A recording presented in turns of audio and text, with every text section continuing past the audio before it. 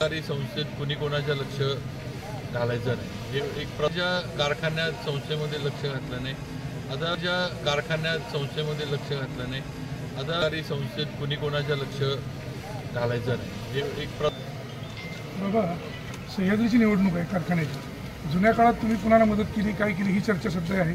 सध्या तुमची प्रत्यक्ष भूमिका काय, ही पण चर्चा आहे. तुमच्याकडनंच काय असेल ते. बघा, तुम्हाला सगळ्यांना माहिती आहे, भाऊसाहेब महाराज पूर्वी होते आणि शक्यतो आपण जिल्ह्यात एक थोडं हे ठेवलं की सहकारी संस्थेत कुणी कोणाच्या लक्ष घालायचं नाही. हे एक प्रथा सगळ्यांनी जिल्ह्यातल्या पाळलेली आहे आणि तेच आमचा अजिंक्यतारा कारखाना आहे, सहकारी संस्था आहे.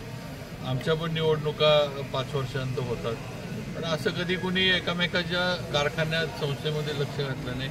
आता तिथले सभासद आणि ते काय असेल ते निर्णय संस्थेबद्दल जो हिताचा असेल तो सभासद घेतील, कारण शेवटी सभासदाच्या हातात सगळं आहे. तुम्ही मी आपण सांगून काय तिथं होत नसतं, त्यामुळे सभासदच काय असेल तो निर्णय घेतील.